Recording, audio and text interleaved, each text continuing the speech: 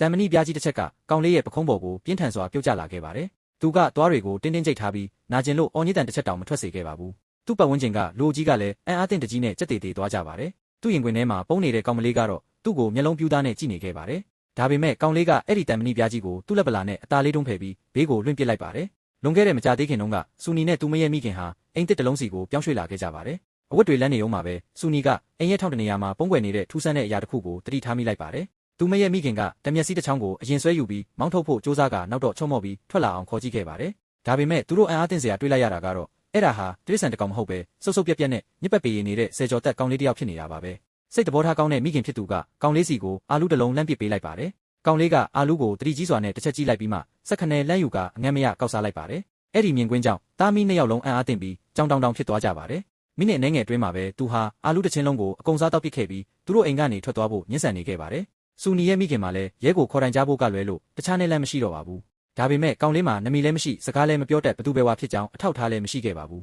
။ရဲတွေကလည်းဘာမှကူညီဆောင်ရွက်ပေးနိုင်ခြင်းမရှိခဲ့ပါဘူး။လူမှုကယ်ဆယ်ရေးကေဟာတွေကတော့မဆုံးနိုင်တဲ့စင်ချေစင်လက်တွေနဲ့စာရက်စာတမ်းကိစ္စတွေပြပြီးသူတို့ကိုညှင်းပယ်လွတ်လိုက်ပါတယ်။နောက်ဆုံးမှာတော့တနာကျင်နာတက်တဲ့မိခင်ဖြစ်သူကကောင်လေးကိုအိမ်ပြန်ခေါ်လာခဲ့ရပါတော့တယ်။အိမ်ရောက်ချင်းပထမဆုံးလုပ်ပေးခဲ့တာကတော့သူ့ကိုရေချိုးတန့်စင်ပေးတာပါပဲ။ညစာစားချိန်ရောက်တော့ကောင်လေးကတကားဝမှာရက်ပြီးအထဲဝင်ဖို့ရှက်ရွံ့နေခဲ့ပါတယ်။ဒါပေမဲ့စားပွဲပေါ်ကအစားအသောက်တွေအပြည့်ရှမ်းမြင်လိုက်ရတဲ့အချိန်မှာတော့သူဟာရှေ့ကိုထုံထိုးပြေးဝင်လာပြီးအစားအစာတွေကိုလက်ပလာနဲ့ကောက်ယူစားပါတော့တယ်။သူဟာမျိုးစိုးအောင်တနေတဲ့ခွေးလေးတစ်ကောင်လိုအငတ်မရစားတောက်နေခဲ့ပါတယ်။ဒီမြင်ကွင်းကိုကြည့်ရင်စူနီကတော့ရွှင်ရှာမုန်းတီးသွားပါတယ်။အစားအသောက်ကောင်းတွေကိုသူ့ရဲ့ညစ်ပတ်ပွေလီလာတဲ့စားတောက်ပုံကဖျက်ဆီးလိုက်တယ်လို့ပါပဲ။ဆက်ပြီးမကြည့်နိုင်တော့တဲ့အဆုံးသူမဟာစားပွဲကနေဒေါသတကြီးနဲ့ထွက်သွားခဲ့ပါတယ်။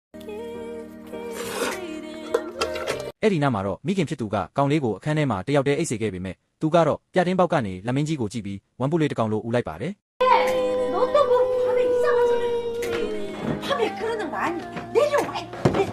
ောက်တစ်နေ့မှာတော့စူနီကလေးလံနဲ့စာအုပ်တစ်တာတစ်လုံးကိုမနိုင်မနှင်းရွှေ့ဖို့စူးစမ်းနေခဲ့ပါတယ်။ကောင်လေးကသူ့မစီကိုရှောက်လန်းလာတဲ့အခါသူ့ကိုအနေရပေးမယ်ထင်ပြီးစူနီတယောက်ထိတ်လန့်သွားခဲ့ပါတယ်။ 가라니까! 오지 말라고! 가라고!